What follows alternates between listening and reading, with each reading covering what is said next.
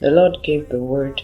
Great was the company of those who proclaimed it. Day 241. The book of 1 Samuel chapter 29 to chapter 31. And the book of 2 Samuel chapter 1 to chapter 2 verse 17.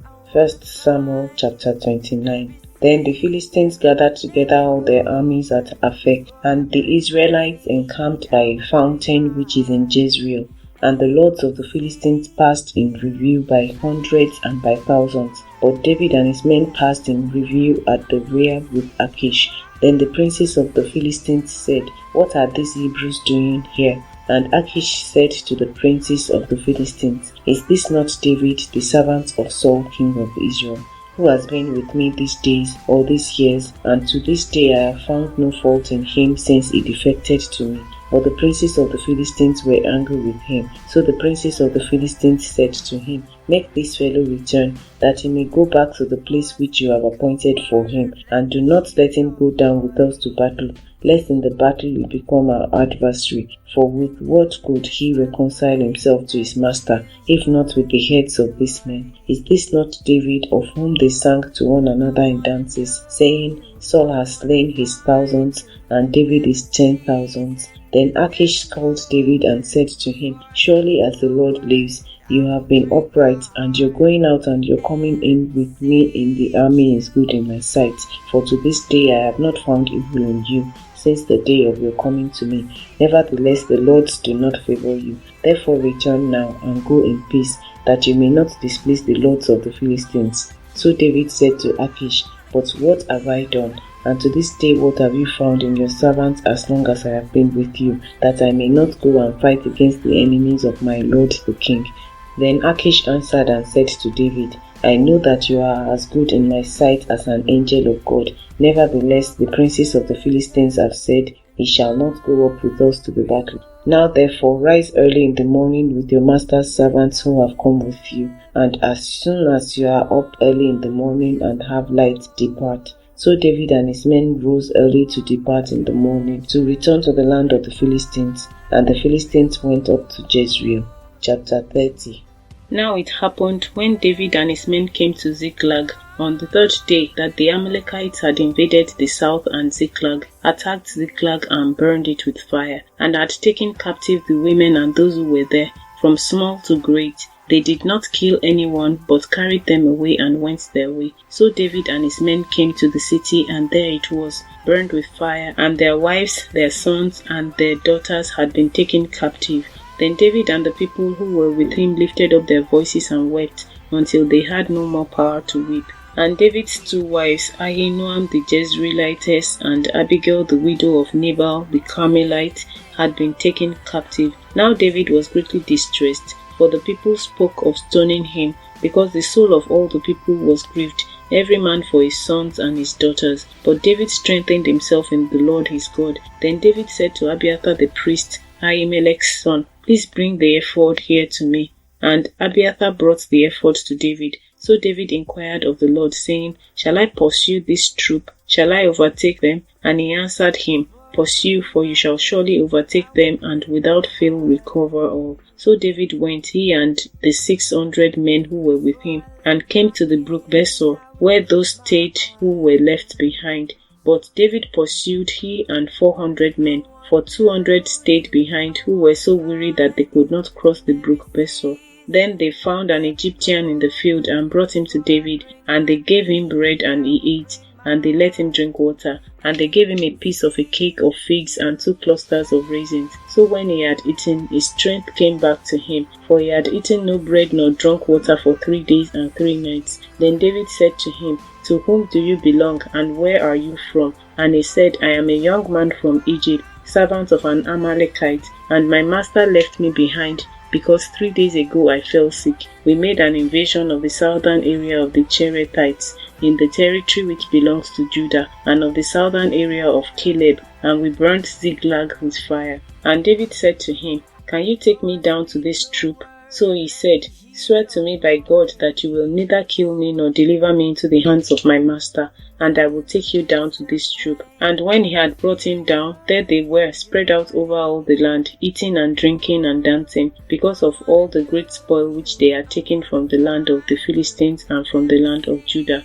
Then David attacked them from twilight until the evening of the next day. Not a man of them escaped, except 400 young men who rode on camels and fled. So David recovered all that the Amalekites had carried away, and David rescued his 2 wives, and nothing of theirs was lacking, either small or great, sons or daughters, spoil or anything which they had taken from them. David recovered all. Then David took all the flocks and herds they had driven before those other livestock, and said, "This is David's spoil."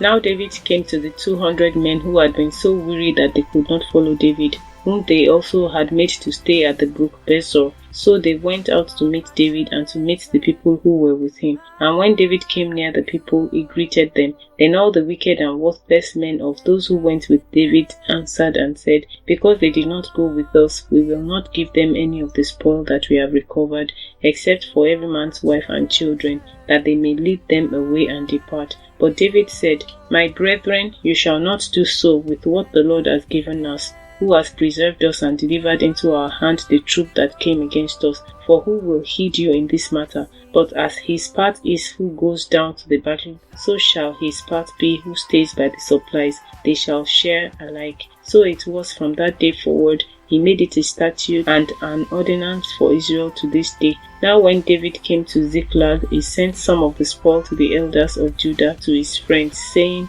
"Here is a present for you from the spoil of the enemies of the Lord, to those who were in Bethel, those who were in Ramoth of the south, those who were in Jatir, those who were in Aroah, those who were in Siphmoth, those who were in Eshtemoa, those who were in Rakal, those who were in the cities of the Jerahmeelites, those who were in the cities of the Canaanites, those who were in Hormah, those who were in Kurashan, those who were in Athak, those who were in Hebron, and to all the places where David himself and his men were accustomed to rove." Chapter 31. Now the Philistines fought against Israel, and the men of Israel fled from before the Philistines and fell slain on Mount Gilboa. Then the Philistines followed hard after Saul and his sons, and the Philistines killed Jonathan, Abinadab, and Malchishua, Saul's sons. The battle became fierce against Saul. The archers hit him, and he was severely wounded by the archers. Then Saul said to his armor-bearer, "Draw your sword and thrust me through with it, lest these uncircumcised men come and thrust me through and abuse me." But his armor-bearer would not, for he was greatly afraid. Therefore Saul took a sword and fell on it. And when his armor-bearer saw that Saul was there, he also fell on his sword and died with him. So Saul, his 3 sons, his armor-bearer, and all his men died together that same day. And when the men of Israel who were on the other side of the valley and those who were on the other side of the Jordan saw that the men of Israel had fled and that Saul and his sons were dead, they forsook the cities and fled, and the Philistines came and dwelt in them. So it happened the next day, when the Philistines came to strip the slain, that they found Saul and his 3 sons falling on Mount Gilboa, and they cut off his head and stripped off his armor, and sent word throughout the land of the Philistines to proclaim it in the temple of their idols and among the people. Then they put his armor in the temple of the Ashtoreths, and they fastened his body to the wall of Beth-shan. Now when the inhabitants of Jabesh Gilead heard what the Philistines had done to Saul, all the valiant men arose and travelled all night, and took the body of Saul and the bodies of his sons from the wall of Beth-shan, and they came to Jabesh and burned them there.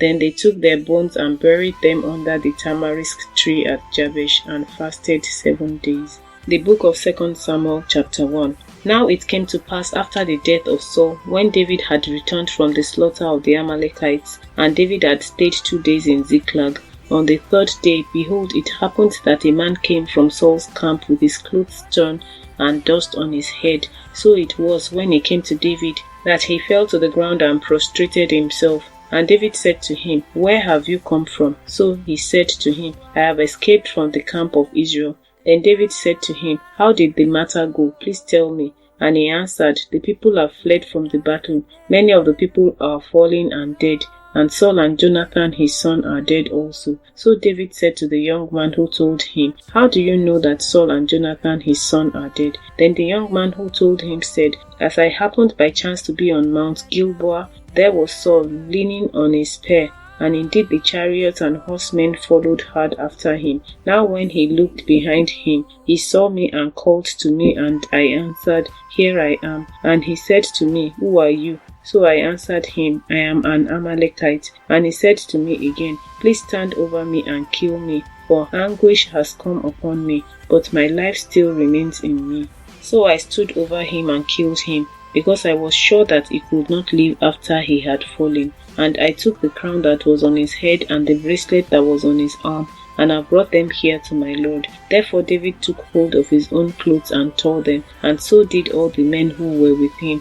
And they mourned and wept and fasted until evening for Saul and for Jonathan his son, for the people of the Lord and for the house of Israel, because they had fallen by the sword. Then David said to the young man who told him, Where are you from? And he answered, I am the son of an alien, an Amalekite. So David said to him, How was it you were not afraid to put forth your hand to destroy the Lord's anointed? Then David called one of the young men and said, Go near and execute him. And he struck him so that he died. So David said to him, Your blood is on your own head, for your own mouth has testified against you, saying, I have killed the Lord's anointed. Then David lamented with his lamentation over Saul and over Jonathan his son, and he told them to teach the children of Judah the song of the bow. Indeed, it is written in the book of Jasher, The beauty of Israel is slain on your high places, how the mighty have fallen. Tell it not in Gath, proclaim it not in the streets of Ashkelon, lest the daughters of the Philistines rejoice, lest the daughters of the uncircumcised triumph. O mountains of Gilboa, let there be no dew nor rain upon you, nor fields of offerings, for the shield of the mighty is cast away there, the shield of Saul, not anointed with oil. From the blood of the slain, from the fat of the mighty, the bow of Jonathan did not turn back, and the sword of Saul did not return empty. Saul and Jonathan were beloved and pleasant in their lives, and in their death they were not divided. They were swifter than eagles, they were stronger than lions. O daughters of Israel, weep over Saul, who clothed you in scarlet with luxury, who put ornaments of gold on your apparel. How the mighty have fallen in the midst of the battle. Jonathan was slain in your high places. I am distressed for you, my brother Jonathan. You have been very pleasant to me. Your love to me was wonderful, surpassing the love of women. How the mighty have fallen, and the weapons of war perished. Chapter 2. It happened after this that David inquired of the Lord, saying, Shall I go up to any of the cities of Judah? And the Lord said to him, Go up. David said, Where shall I go up? And he said, To Hebron. So David went up there, and his two wives also, Ahinoam the Jezreelitess, and Abigail the widow of Nabal the Carmelite. And David brought up the men who were with him, every man with his household. So they dwelt in the cities of Hebron. Then the men of Judah came, and there they anointed David king over the house of Judah. And they told David, saying, The men of Jabesh Gilead were the ones who buried Saul. So David sent messengers to the men of Jabesh Gilead, and said to them, You are blessed of the Lord, for you have shown this kindness to your Lord, to Saul, and have buried him. And now may the Lord show kindness and truth to you. I also will repay you this kindness, because you have done this thing. Now therefore let your hands be strengthened, and be valiant, for your master Saul is dead, and also the house of Judah has anointed me king over them. But Abner the son of Ner, commander of Saul's army, took Ishbosheth the son of Saul, and brought him over to Mahanaim, and he made him king over Gilead, over the Ashurites, over Jezreel, over Ephraim, over Benjamin, and over Israel. Ishbosheth, Saul's son, was 40 years old when he began to reign over Israel, and he reigned 2 years. Only the house of Judah followed David. And the time that David was king in Hebron over the house of Judah was 7 years and 6 months. Now Abner the son of Ner, and the servants of Ishbosheth the son of Saul, went out from Mahanaim to Gibeon. And Joab the son of Zeruiah, and the servants of David, went out and met them by the pool of Gibeon. So they sat down on one side of the pool, and the other on the other side of the pool. Then Abner said to Joab, Let the young men now arise and compete before us. And Joab said, Let them arise. So they arose, and went over by number. 12 from Benjamin, followers of Ishbosheth, the son of Saul, and 12 from the servants of David. And each one grasped his opponent by the head and thrust his sword in his opponent's side. So they fell down together. Therefore that place was called the Field of Sharp Swords, which is in Gibeon. So there was a very fierce battle that day. And Abner and the men of Israel were beaten before the servants of David. Lord, increase our faith. Amen. Thank you for joining today's podcast. Please comment, like, share, and subscribe to receive daily notifications and keep on listening.